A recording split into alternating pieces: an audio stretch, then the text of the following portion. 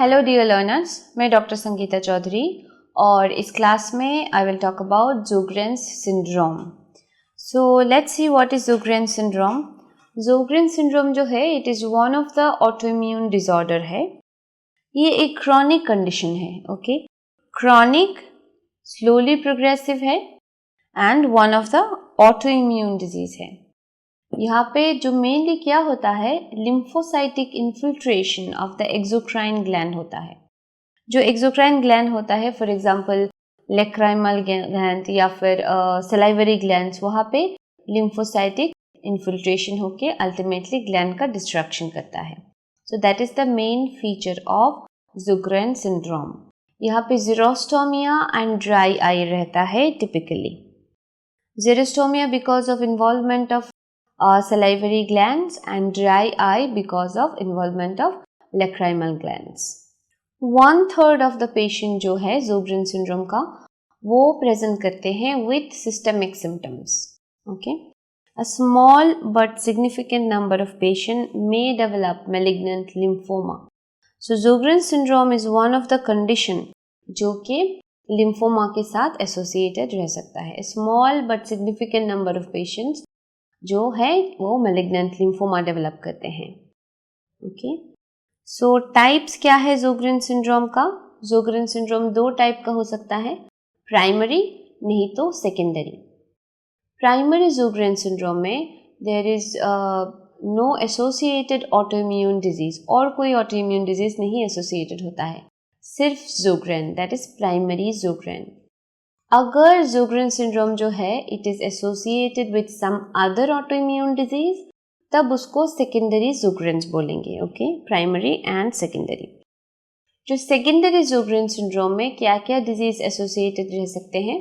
For example rheumatoid arthritis में बी an associated disease, और systemic lupus erythematosus that is SLE, और scleroderma जिसको सिस्टेमिक स्क्लेरोसिस भी बोलते हैं, स्क्लेरोडर्मा और सिस्टेमिक स्क्लेरोसिस।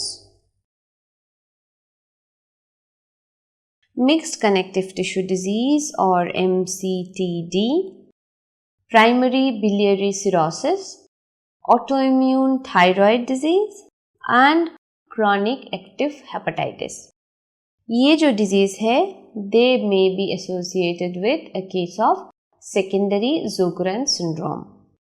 Epidemiology में देखें तो it is more common in middle age group और फीमेल में ज़्यादा कॉमन है। अगर फीमेल मेल रेशियो देखें तो it is 9:1, so it is like 9 times more common in case of female comparing to male. Prevalence of primary ज़ोग्रेन जो है वो 0.5 to 1% है। 5 to 20% of patient with autoimmune rheumatic diseases suffer from secondary syndrome.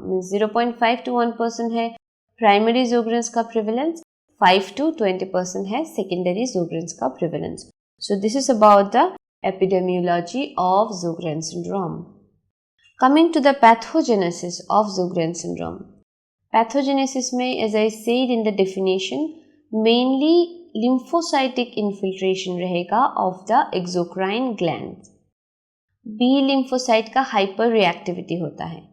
जो exocrine gland है उसमें major infiltrating cell जो है that is activated T lymphocytes in mild lesion, whereas B cell prevail in severe lesions.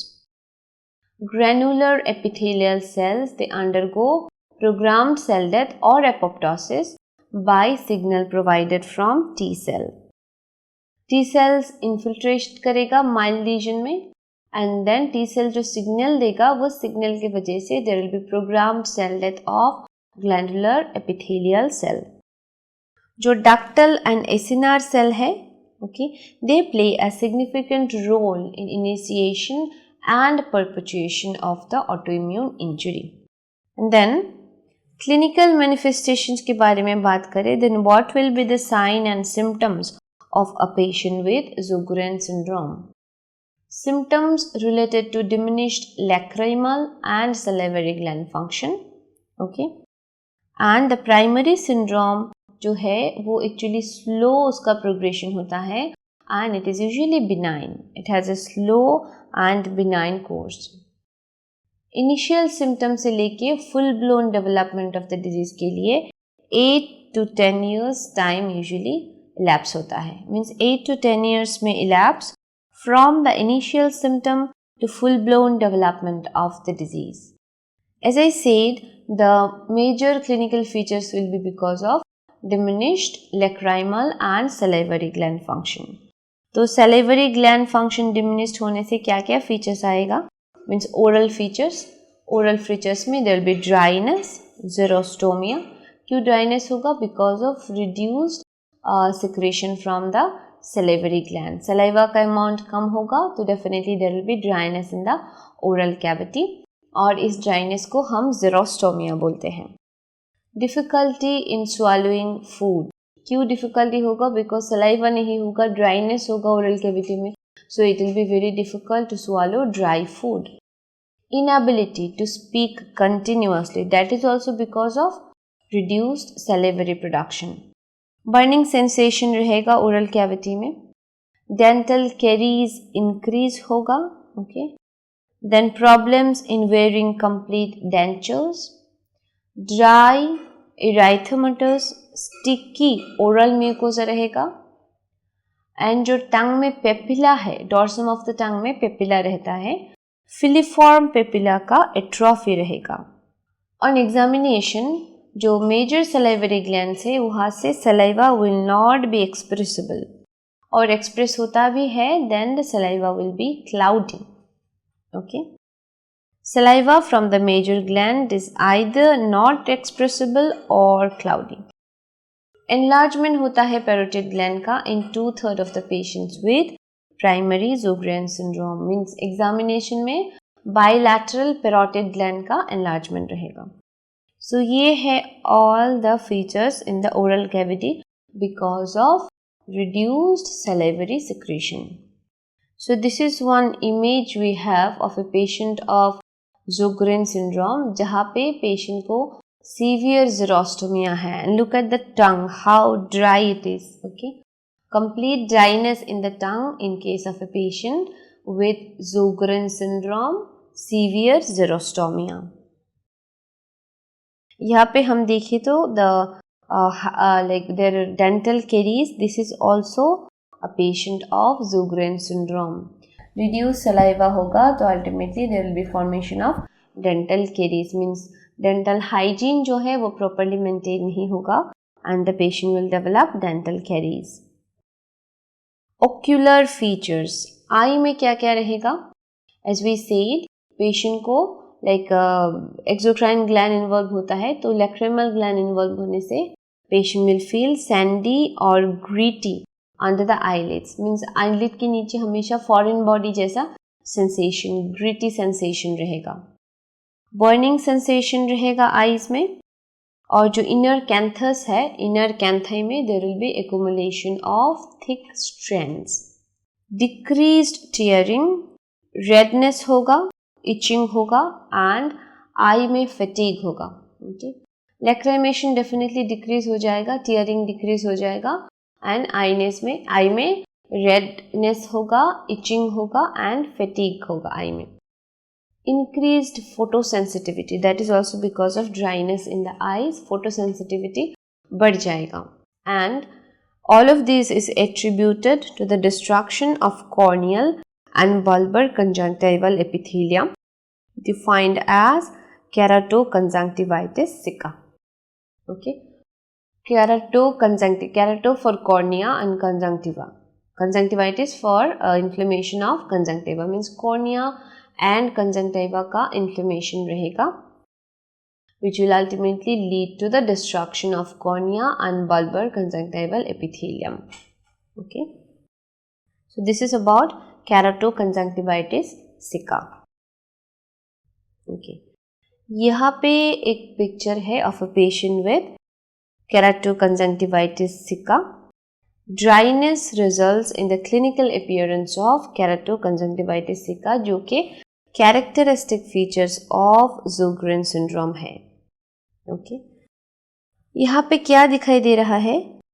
The lid literally sticks to the surface epithelial cell and pulls surface mucin layers off.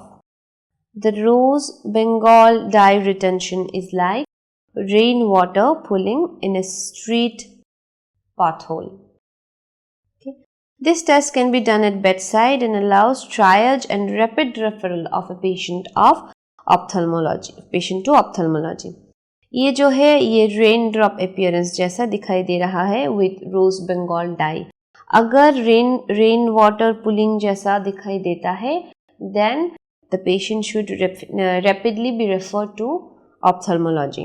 Involvement of बाकी जो exocrine gland है वो इतना common नहीं है, less frequent है. Decrease in mucus gland secretions of the upper and lower respiratory tree में result in dryness in the knows.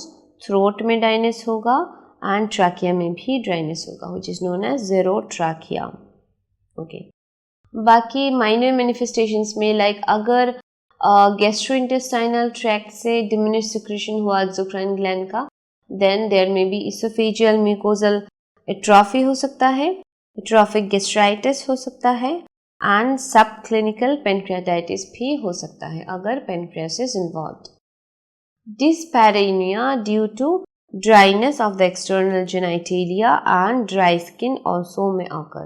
Okay. Now coming to the differential diagnosis of Zika syndrome. Xerostomia that is dry mouth है तो क्या क्या differential diagnosis हो सकता है? Differential diagnosis में आएगा viral infection, hepatitis C and immunodeficiency virus infection, certain drugs, then psychotherapeutic parasympathetic antihypertensive drugs, psychogenic origin हो सकता है, ओरल कैविटी में अगर इरेडिएशन हुआ है, diabetes patient and trauma patient. So these are differential diagnosis for xerostomia और dry mouth. Dry eye अगर है पेशेंट को तो what may be the differential diagnosis? Okay. Inflammatory disease like Steven Johnson syndrome में भी होगा pemphigoid, chronic conjunctivitis, chronic blepharitis, inflammation of the eyelid, Sjogren's syndrome, toxicity, burns and drugs. Okay. अगर bilateral parotid gland enlargement है तो patient में क्या क्या differential diagnosis होगा?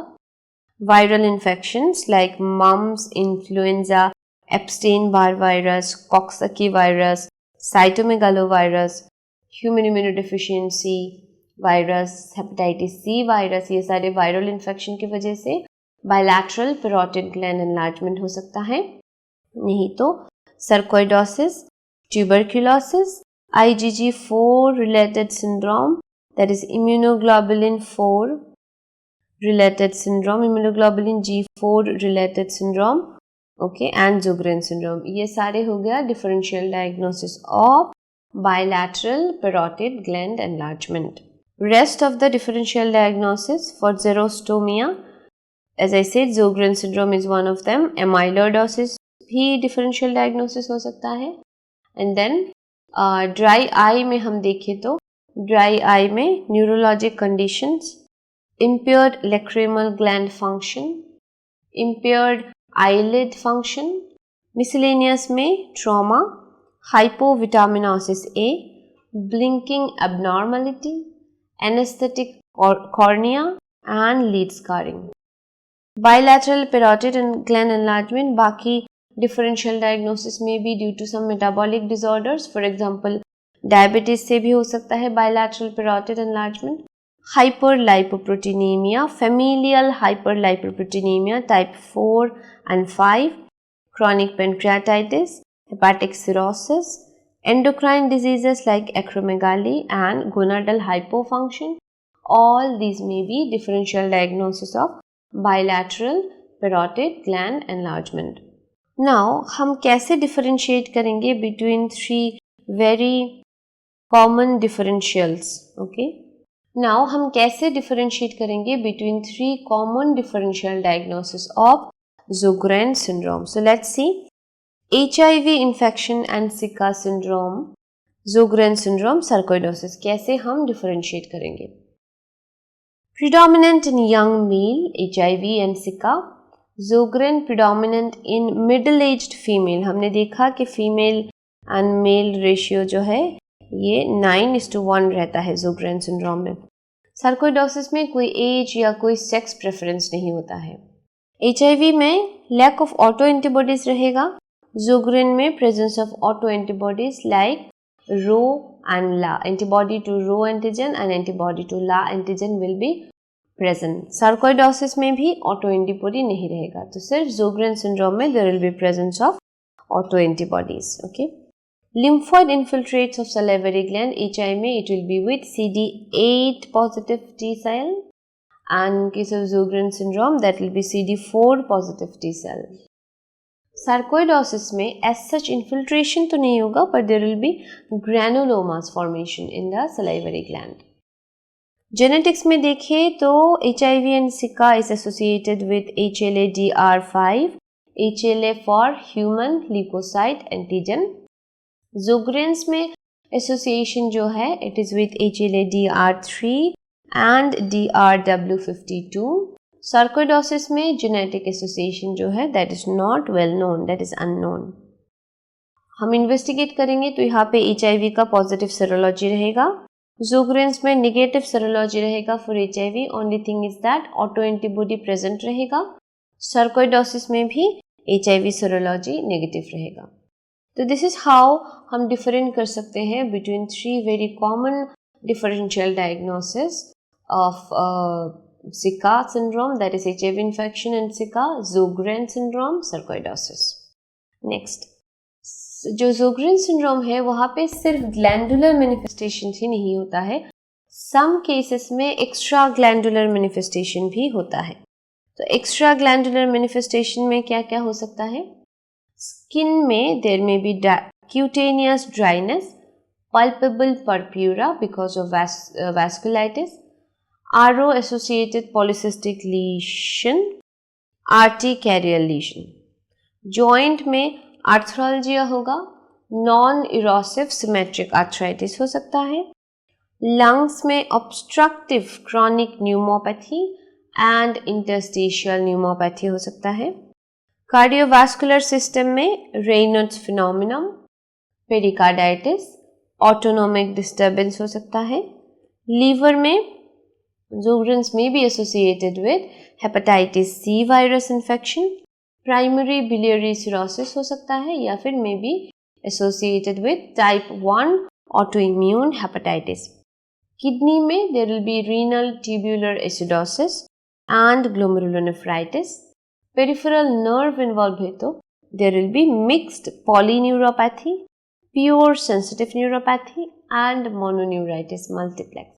अगर सेंट्रल नर्वस सिस्टम इन्वॉल्व है तो व्हाइट मैटर लीजन हो सकता है, cranial nerve involvement हो सकता है. Commonly involved nerves are 5th, 8th and 7th cranial nerve. That is trigeminal, okay, vestibulocochlear and facial nerve.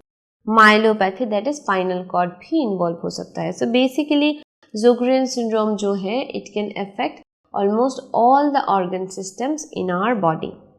Years में सेंसरी न्यूरल हियरिंग लॉस हो सकता है. थायराइड में ऑटो इम्यून थायराइडाइटिस में भी एसोसिएटेड. जनरल सिम्टम्स में मीन सिस्टमिक सिम्टम्स में patient को low grade fever, generalised pain, myalgia, fatigue, weakness, fibromyalgia या फिर पॉलीएडेनोपैथीज वगैरह रह सकता है. सो ये सारे हो गया extra glandular manifestations of Sjogren syndrome. Now, अभी देखते हैं revised international classification criteria for Sjogren syndrome. कैसे हम Sjogren's डायग्नोसिस या फिर क्लासिफाई करते हैं. Okay, first ocular symptoms. There should be a positive response to at least one of 3 validated questions. ये questions क्या क्या है? फर्स्ट क्वेश्चन में पेशेंट को पूछना है कि पेशेंट को क्या daily persistent troublesome dry eye है for 1 month. Second, recurrent sensation of sand और ग्रेवल होता है क्या आईज में. थर्ड, आप कोई टीयर सब्स्टिट्यूट यूज करते हो क्या for more than 3 times a day? These are the questions for ocular symptom. ये क्वेश्चन में एटलीस्ट 1 पॉजिटिव रहना है. Oral symptoms, okay. Oral symptoms में अगर फॉलोइंग जो क्वेश्चंस है उनमें से एक प्रेजेंट रहे then it is suggestive. First question, daily feeling of dry mouth होता है क्या for more than 3 months? Recurrent और persistently swollen salivary gland as an adult है क्या? और फ्रीक्वेंटली लिक्विड ड्रिंक करना पड़ता है क्या to aid in swallowing dry food? Okay, so ये 3 क्वेश्चन में अगर एक का भी आंसर येस है then it is suggestive of the oral symptoms. Now sign, अभी बोल रही थी सिम्टम के बारे में, अभी sign. Objective evidence of ocular involvement defined as a positive result of at least one of the following 2 tests. So जो next 2 tests में बोल रही हूँ उसमें से 1 should be positive for ocular sign. First is Schirmer-1 test. Schirmer-1 test, it is performed without anesthesia और यहाँ पे 5 मिनट within 5 minutes जो पेपर का वेटिंग होता है it should be 5 or less than 5 mm to say that patient has positive ocular symptom sign. ये actually lacrimal gland का जो सिक्रीशन है उसका मेजरमेंट करता है. रोज बेंगॉल स्कोर और other ocular dye score 4 or more according to Van Biesterwals. Last line repeat, 4 or more according to the scoring system. Number 4, histopathology. In minor salivary glands, focal lymphocytic xyloidinitis रहना है with a focus score 1 or more. Salivary gland involvement. Objective evidence of salivary gland involvement is defined by positive test result of at least one of the following diagnostic test. Means नीचे का जो test मैं बताने वाली हूँ उनमें से एक पॉजिटिव रहना है for the salivary gland involvement to be confirmed. Unstimulated whole salivary flow जो 15 मिनट में 1.5 ml या उससे कम रहना है. पेरोटिड जाइलोग्राफी में पॉजिटिव फाइंडिंग या फिर सलाइवरी स्किंटिग्राफी में पॉजिटिव फाइंडिंग. अगर ये तीनों में से एक भी पॉजिटिव है that means salivary gland is involve. Antibodies in the serum to Ro या फिर SSA एंटीजन, नहीं तो ला या फिर SSB एंटीजन और एल्स बोथ प्रेजेंट रहना है. ओके, प्राइमरी जोग्रेन सिंड्रोम में क्या होगा? जो 6 criterias I was describing, ocular symptoms, then ocular sign, oral symptoms, oral signs, histopathology from the gland and antibody. ये 6 में से अगर 4 पॉजिटिव है, 4 of the 6 items are positive, okay. Out of them, one should be either number 4 that is histopathology or number 6 that is serology is positive, then it is primary Sjogren syndrome. और else जो 4 objective criteria है, 4 objective criteria में अगर any 3 of them are positive then it is primary Sjogren's. Secondary Sjogren's कब बोलेंगे? अगर item 1 और item 2 present है plus any 2 from among items 3, 4 and 5 may be considered as secondary Sjogren syndrome. Item 1 हो गया ocular symptom, item 2 है oral symptoms, इनमें से एक रहना है plus 2 from the other 3 that is ocular sign, then histopathology and salivary gland involvement. इन तीनों में से अगर 2 is positive then ये है secondary Sjogren syndrome. तो ऐसे हम clinically and by doing certain in objective investigation हम डायग्नोज कर सकते हैं Sjogren's syndrome. क्या क्या टेस्ट करेंगे हम? रूटीन टेस्ट रूटीन टेस्ट में हम कंप्लीट हीमोग्राम कर सकते हैं, कंप्लीट ब्लड काउंट देख सकते हैं। यहाँ पे हमको माइल्ड नॉर्मोक्रोमिक नॉर्मोसाइटिक एनीमिया मिलेगा। An elevated erythrocyte sedimentation rate, certain autoantibodies may determine different disease phenotypes. Okay, so autoantibodies हमको टेस्ट करना है।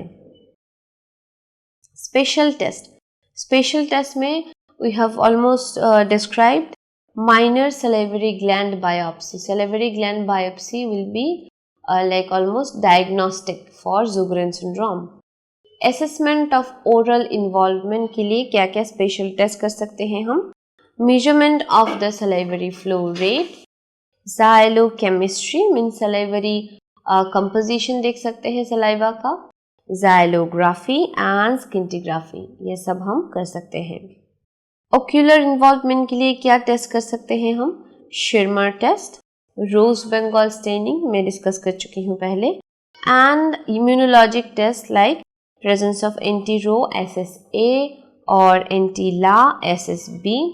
Then rheumatoid factor, 50% of the patient में rheumatoid factor present होता है, and then hypocomplementemia and cryoglobulins. तो ये सारा टेस्ट हम कर सकते हैं in a case of Sjogren syndrome. Lastly, let's see the treatment algorithm for Sjogren's. Okay. कैसे हमें ट्रीट करना है पेशेंट ऑफ Sjogren syndrome। अगर पेशेंट को ग्लैंडुलर मैनिफेस्टेशन है, देन पेशेंट में be having dry eye, dry mouth and parotid gland enlargement. तब हमको क्या करना है? अगर patient is having dry eyes, okay, patient को ड्राई आईज है तो these are the therapeutic options we have. First of all, we need to ask the patient to avoid smoking areas, windy, low humidity environment, drugs with anticholinergic actions क्योंकि वो और dry mouth करता है, and diuretics. Lubricants like artificial tears without preservatives, bicarbonate buffered electrolyte solution may be used for lubricating the eyes. Local stimulation for increasing lacrimal secretion. Cyclic adenosine monophosphate. Cyclosporin 2% olive or castor oil solution. Okay, systemic stimulation के लिए pilocarpine 5 mg 3 times daily orally और नहीं तो cevimeline 30 milligram 3 times daily orally use कर सकते हैं। Severe dry eye है तो नेज़ोलैक्राइमल डक्ट प्लग यूज कर सकते हैं, मे बी टेम्पररी और permanent plugging. Soft contact lenses use करेंगे और नहीं तो कॉर्नियल ट्रांसप्लांटेशन कर सकते हैं। So these are the modalities जो हम ड्राई आइज में अप्लाई कर सकते हैं। Avoidance of certain situation, eye को लुब्रिकेट करना है so that the dry feeling, gritty sensation, sandy feeling goes off. Local stimulation कर सकते हैं फॉर इंक्रीज टीयर और increase lacrimary gland secretion. Systemic stimulation for increase lacrimal gland secretion and severe dry eye के लिए we may even do surgical therapies like nasolacrimal duct plugging और corneal transplantation. Let's see, अगर dry mouth है patient को तो dry mouth के लिए हम क्या क्या कर सकते हैं? Oral hygiene should really be maintained after each meal. Oral hygiene after each meal. Topical application of fluoride. Lubrication के लिए वाटर लेना है। Local stimulation by sugar free flavoured lozenges और गम। अगर शुगर फ्री फ्लेवर्ड लॉजेंजेस या गम patient chew करता है then that time there will be local stimulation for release of saliva. Systemic stimulation के लिए सेम हम जो ड्राई आई के लिए यूज किए that is we have used pilocarpine 5 mg 3 times daily and cevimeline 30 mg 3 times daily orally हम use कर सकते हैं। अगर oral candidiasis हुआ पेशेंट को then we may use topical Mistrin or cotrimazole lozenges. This is about dry mouth. Almost same thing, hygiene maintain करना है, fluoride apply कर सकते हैं लोकली, टॉपिकली, लुब्रिकेशन के लिए water, local stimulation and systemic stimulation कर सकते हैं to increase saliva secretion. Oral candidiasis है तो टॉपिकल एंटीफंगल यूज कर सकते हैं। नाउ लास्टली, अगर पैरोटिड ग्लैंड एनलार्जमेंट है तो क्या कर सकते हैं हम, we may apply local with heat, okay, antibiotics use कर सकते हैं, treat superficial infection with antibiotics, then analgesic use कर सकते हैं। एंड अगर परसिस्टेंटली हार्ड है जो ग्लैंड है, अगर वो हार्ड है, देन वी मे यूज और we may rule out lymphoma. As we said, like Sjogren syndrome में there is chance of development of malignant lymphoma. तो अगर सलाइवरी ग्लैंड ऑन एग्जामिनेशन में परसिस्टेंटली हार्ड है तो रूल आउट लिम्फोमा। तो ये हम कर सकते हैं अगर पेशेंट में बायलैटरल पैरोटिड ग्लैंड एनलार्जमेंट है। नेक्स्ट, अगर पेशेंट को एक्स्ट्रा ग्लैंडुलर मैनिफेस्टेशन है तो in that case what we are going to do, suppose patient presents with other extra glandular manifestation also, like example, अगर पेशेंट को arthritis है associated with Sjogren syndrome, तब हम hydroxychloroquine use करेंगे at a dose of 200 to 400 milligram a day. We may use methotrexate also at a dose of 0.2 to 0.3 milligram per kg body weight weekly, or we may use prednisolone, that is less than 10 milligram daily orally हमको use करना है. This is for arthritis associated with Sjogren syndrome. अगर रेनर्स phenomena है तो cold protection के लिए gloves use कर सकते हैं, नहीं तो निफेडिपिन, प्राजोसिन यूज कर सकते हैं. ओके, रेनल ट्यूबुलर एसिडोसिस में बाइकार्बोनेट रिप्लेसमेंट करना है to correct the acidosis, and of course अगर कोई अंडरलाइंग कॉज है तो that should be corrected. Vasculitis है तो स्टैंडर्ड ट्रीटमेंट करना है वास्कुलाइटिस के लिए, इम्यूनोसप्रेशन, स्टेरॉइड्स वगैरह यूज करना है. अगर patient develops lymphoma, okay, then this regime should be used, okay, chemotherapeutic regime, CHOP plus rituximab, also known as the RCHOP regime. तो ये हो गया extra glandular manifestation in case of Sjogren syndrome. Okay, so ये था all about ज़ोगरेन syndrome जो मैं इस class में डिस्कस करना चाहती थी. Thank you so much.